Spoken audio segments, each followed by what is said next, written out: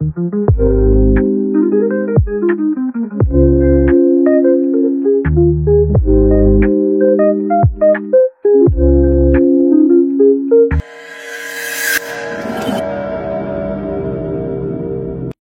teman-teman, ketemu lagi dengan saya Evi. Kali ini kita akan membahas sebuah proyek kitchen set dan akan kita review langsung dengan desainernya.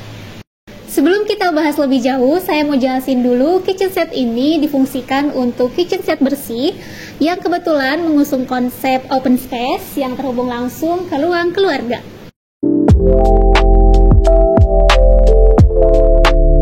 Oke teman-teman, kita tanya langsung ke desainernya, Kak Denis. Bagaimana ide proses awal perencanaan kitchen set ini dibuat, bisa dijelaskan? Oke, di awal saya berangkat dari keluhan atau sebagai kegelisahannya pemilik. Jadi kitchen ini bagaimana caranya klien ingin memfungsikan sebuah kitchen bersih, tapi juga bisa beraktivitas di dalam kitchen ini. Nah, langkah yang pertama saya buat adalah pendekatan terhadap apa yang menjadi fokus customer atau klien yang ingin ada di kitchen set ini, yang mulai dari warna, tema, kemudian juga space. Oke, selanjutnya saya pengen tahu mengenai material base yang digunakan di kitchen ini.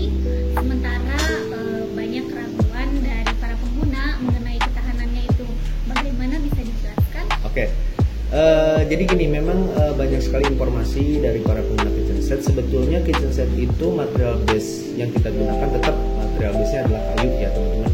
Cuman memang material base ini ada kayu olahan atau ada kayu original. Nah, kemudian baru-baru ini ada juga PVC board ya. Nah, PVC board ini menurut kami adalah material base yang premiumnya. Nah, kalau yang kebetulan di project kitchen set ini saya menggunakan melamine block dan multiplex teman-teman. Karena apa? Karena saya juga udah cross check existing dan ruangan bahwa ruangan ini tidak terlalu lembab. Juga aktivitas yang akan digunakan di kitchen set ini juga tidak seperti di kitchen kotor gitu ya. Jadi aktivitas pun lebih minimalis lah. Jadi ini digunakan hanya untuk kegiatan-kegiatan kecil lah, seperti masak-masak ringan atau menyajikan makanan gitu. Jadi material base ini benar-benar sangat rekomendasi untuk kitchen set sebetulnya. Jadi kita zaman dulu menggunakan melamine block, multiplex, blockboard itu sebenarnya udah worth it ya teman-teman. Cuman memang ada di satu bagian atau satu sisi lain yang emang di area dapur itu perlu juga kita menggunakan material yang premium seperti PVC board. Jadi intinya kitchen set yang saya gunakan, material base yang saya gunakan di sini adalah material base melamine block dan juga multiplex. Oke, selanjutnya itu tadi berarti kita bahas mengenai material base-nya. Nah, sekarang saya pengen tahu material finishing yang digunakan di kitchen ini menggunakan apa dan seperti apa. Barangkali ini bisa jadi referensi buat teman-teman yang pengen bikin kitchen set di rumah. Oke. Kebetulan di material base ini kita jelasin dulu sedikit. Jadi material finishing itu banyak banget ya. Ada duko, ada melamik, ada juga laminasi. Laminasi pun banyak jenisnya. Nah, kebetulan yang paling saya sering gunakan adalah HPL. Ya, kalau material laminasi kita menggunakan HPL, ya itu menjadi standar kualitas bagi setiap project-project kitchen set gitu. Nah, ini juga kelebihannya, si finishing HPL ini banyak sekali ya kelebihannya. Di antaranya ketika dikerjakan mudah sekali dan juga bisa secara durasi juga membuat kitchen set dengan finishing material HPL itu bisa lebih cepat gitu. Nah, kemudian secara ketahanan HPL itu sebetulnya tidak memiliki pori-pori ya teman-teman. Jadi itu bisa membantu juga terhadap ketahanan. Jadi kitchen set ini kebetulan saya menggunakan HPL secara keseluruhan. Kemudian juga di tabletop kita menggunakan HPL juga bahkan. Nah, biasanya kan di tabletop itu ada solid surface, ada kemudian granit dan lain-lain ya, masih banyak jenisnya. Cuman karena sesuai kebutuhan juga, saya juga udah lihat nantinya akan digunakan seperti apa, maka dari itu saya putuskan untuk menggunakan HPL gitu.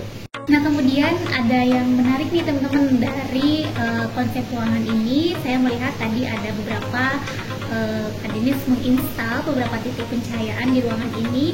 Itu pasti dong ada fungsinya ya Kak. Nah, saya pengen tahu, bisa dijelaskan nggak bagaimana? Siap.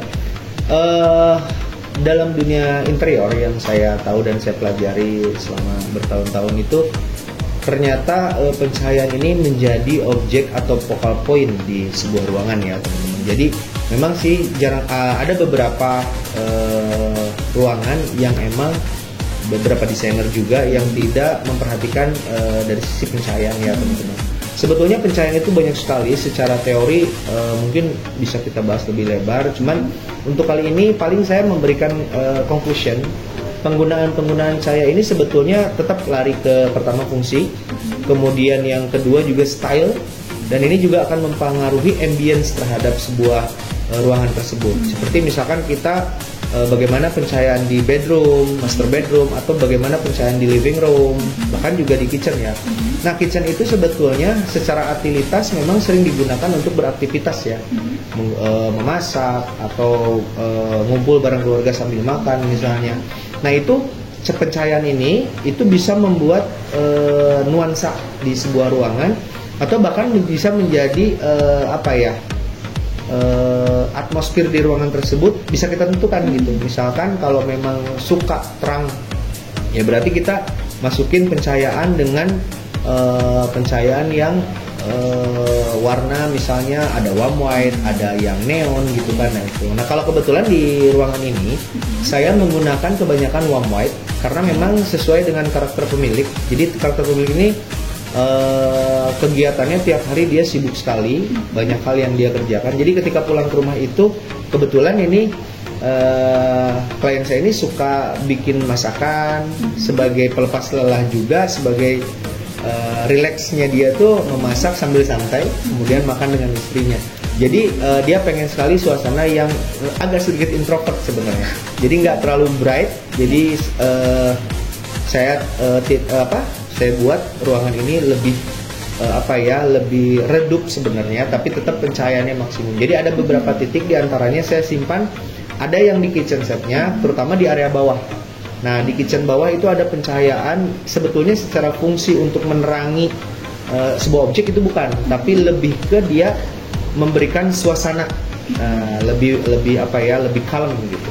Nah, kemudian juga elegan. Kemudian juga ada saya kasih titik pencahayaan di atas, tepat di atas island table-nya gitu. Itu juga untuk secara fungsi bisa jadi digunakan untuk ketika mereka beraktivitas, mau itu makan atau misalnya menyajikan makanan atau bahkan membuat bahan makanan.